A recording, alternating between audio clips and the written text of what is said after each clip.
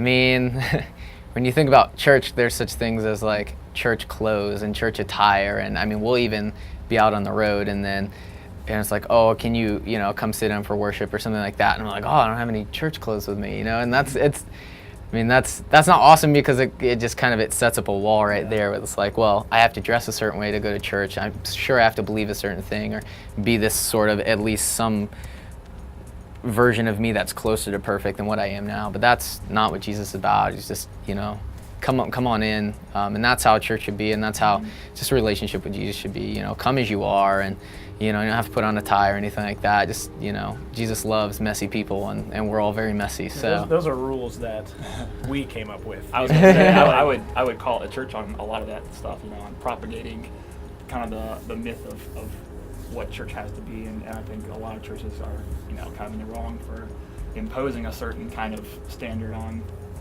the attendance, and it's just kind of sad to see, and there's plenty of stories of people just being completely turned off by the behavior of the church. On the other side of that, there's hundreds of churches. I mean, I live in Nashville. There's a church every block has 7 or 8 churches on it, and there's some awesome churches out there too. So I think that people tend to get in that mindset of like, oh, they or somebody they know had a bad experience with this church full of cotton tops or something, and then they hate us, so Christians are judgy, and like, that's not how it is, So there's churches you'll fit into great, and there's ones you won't, and I think it's important to find the right fit for you and whatever just grows you in your faith and speaks to you. So.